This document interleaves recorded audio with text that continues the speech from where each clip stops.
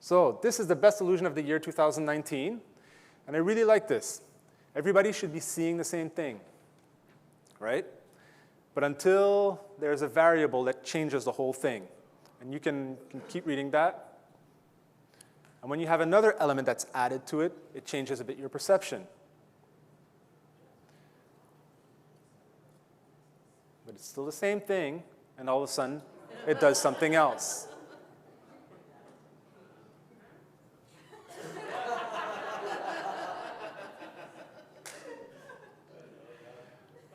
Right? So imagine whatever practitioner, right, that day puts his hand on somebody's head, right, and he's feeling something. He's feeling something, and he's predict that he's feeling something, but there's a variable that changes.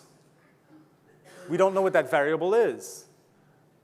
Maybe it's how he's feeling that day. Maybe it's how the person is feeling that day. Maybe there's a funny smell. Maybe the room is a bit too cold. Maybe their hands are a little too cold. Maybe we won't get into this.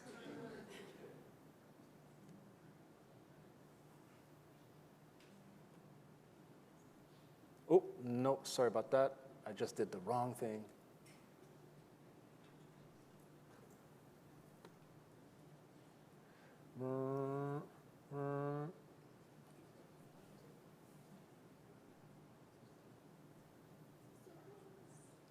So close. Here I am.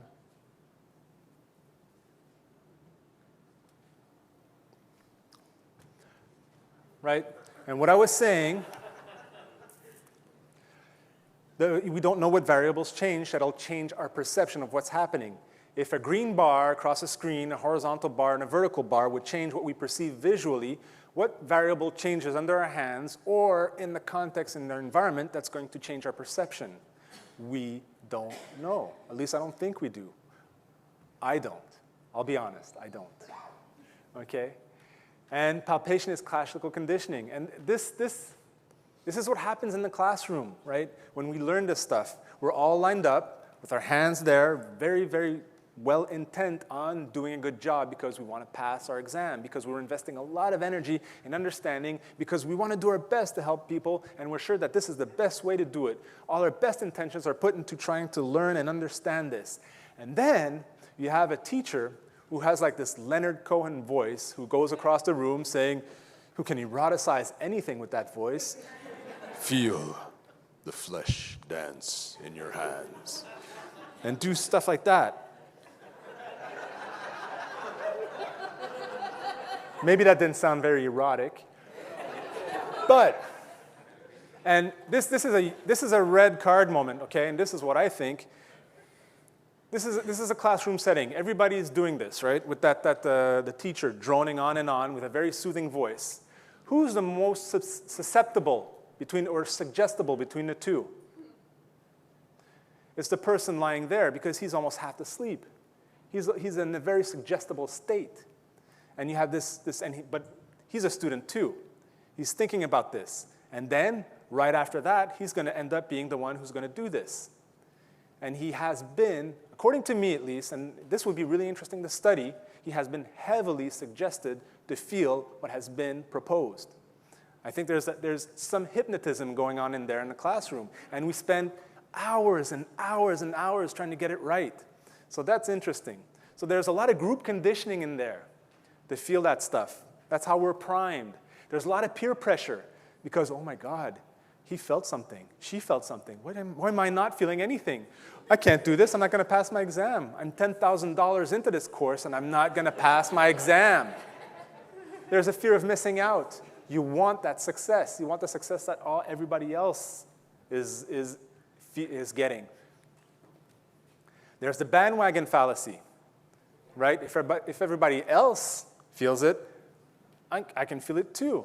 I'm validated in that sense. And there's a sunk cost fallacy, like I just said. I mean, I'm investing so much energy in there, it's going to happen. I'm going to make it happen. We don't just passively perceive the world, we actively generate it. The world we experience comes as much, if not more, from the inside out as from the inside in. Because what I've been trying to do is really celebrate uncertainty, because I think only through uncertainty is there potential for understanding. And I really like that.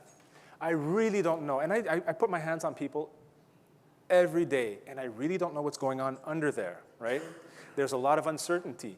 But what I like about that is that in uncertainty, when something new pops up, it's something new, and it's something you want to understand. When you're absolutely certain what it is, or you're dead set and fixed on knowing what's happening under there, you won't see anything new pop up, because you'll claim that everything is known, you know everything about this. But when you're uncertain, you're really open to new propositions, to whatever's happening.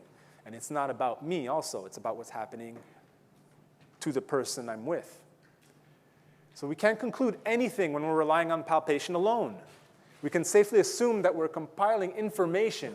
Cortical processing, intuition, and creative freedom will help us interpret what's happening. And this, whoops, sorry about that. And this is, I've quoted Diane on this, because the first time I took the DNM workshop in 2012, this made me feel really good. It's okay to feel something. It's just not okay to believe it's anything.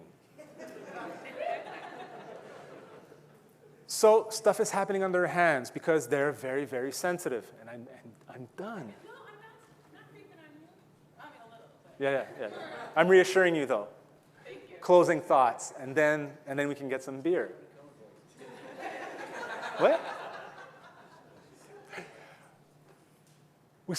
Anyways, I search for contrast. I assess and evaluate change, because it's really fun talking about illusions, but we do actually feel stuff under our hands, right?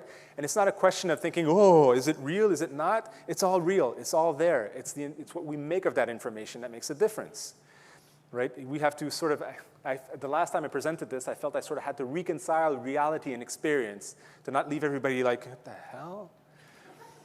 You can assess and evaluate changes, what we feel under our hands.